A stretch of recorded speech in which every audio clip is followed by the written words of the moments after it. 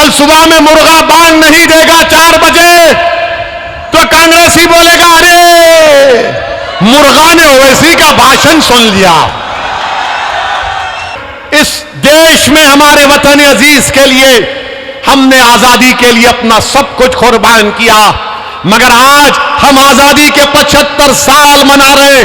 बताओ मेरे अजीज दोस्तों, जो मुझ पर उंगलियां उठाते, मुझको गालियां देते हैं दो, मगर बताओ आज ये मुसलमानों का हाल क्यों है? बताओ क्यों ये हाल हमारा है? मेरे अजीज दोस्तों और बुजुर्गों, आपने लीडरशिप पैदा नहीं की। अगर मैं खराब हूं तो तुम अच्छे बन जाओ खुदा के लिए, मगर एक पॉलिटिकल वैक्यूम को, खला को खत्म करो, पुर करो। ये देश के लिए अच्छा है, भारत के लिए अच्छा है जब मुसलमानों की एक लीडरशिप होगी।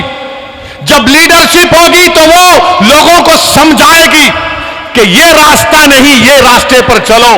इसीलिए आपसे अपील कर रहा हूं कि आप मेरे इस पैगाम को समझो। जो लोग आकर आपसे कहेंगे कि ओवैसी वोट काटने आया है, ओवैसी फुला बी टीम है, उनकी बात का हरगिज यकीन मत करिए। उनसे एक ही सवाल करिए कि 20 तुम्हारे एमएलए मोदी के गोद में बैठकर चाय क्यों पिए? उनसे पूछिए कि सिंधिया आज मोदी मोदी क्यों कर रहे हैं? इनसे पूछिए कि महाराष्ट्र में शिवसेना के एमएलए भाग गए बीजेपी के पास, तो क्या ओवैसी जिम्मेदार है? महाराष्ट्र की हुकूमत आज कमजोर पड़ गई, मैं जिम्मेदार हूं उसका। अब तो ऐसा हाल हो गया कि अगर किसी कांग्रेसी के घर में सुबह में अगर भैंस दूध नहीं बोलेगी तो बोलेगा कल भोपाल में इसका भाषण हुआ था, भैंस दूध देने से इनकार कर गई। कल सुबह में मुर्गा बांग नहीं देगा 4 बजे तो कांग्रेसी बोलेगा अरे मुर्गा ने ओवैसी का भाषण सुन लिया। मेरे अजीज दोस्तों और बुजुर्गों, मेरी आपसे अदबन गुजारिश है कि आप अपनी सियासी ताकत को मजबूत करिए और हम पूरी ताकत के साथ एक दूसरे का, बल्कि वतन को मजबूत करना है।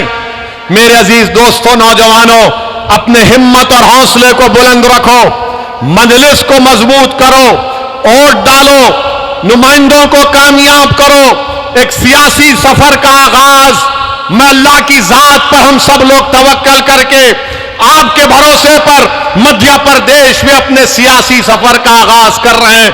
मेरी आपसे गुजारिश है कि आप इसमें साथ दीजिए।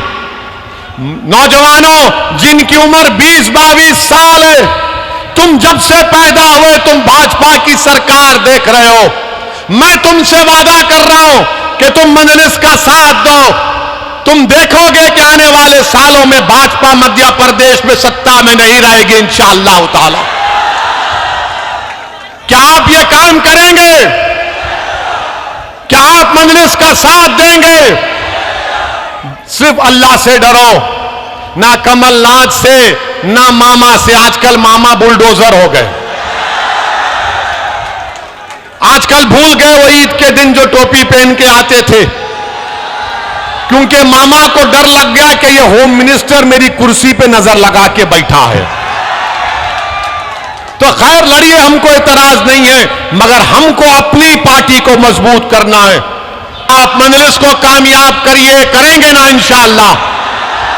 अगर कोई कमजोरियां हैं तो मैं आपसे माजरत चाहता हूं, हमको माफ कर दीजिए। पहली मर्तबा लड़ रहे हैं, बहुत से नौजवान हैं जिनको सियासी हरबे नहीं आते, बल्कि इनकी नीयतों में इखलास है, इनकी नीयतें साफ हैं। वो गरीब और मजलूमों के लिए लड़ना चाहते हैं। इसीलिए आपसे अपील कर रहे हैं कि आप इन तमाम का साथ दीजिए, मजलिस को कामयाब करिए। 540 के ऐवान में 2 दीवानों में से अगर एक शेरवानी खड़े हो जाता तो सबको परेशानी शुरू हो जाती है।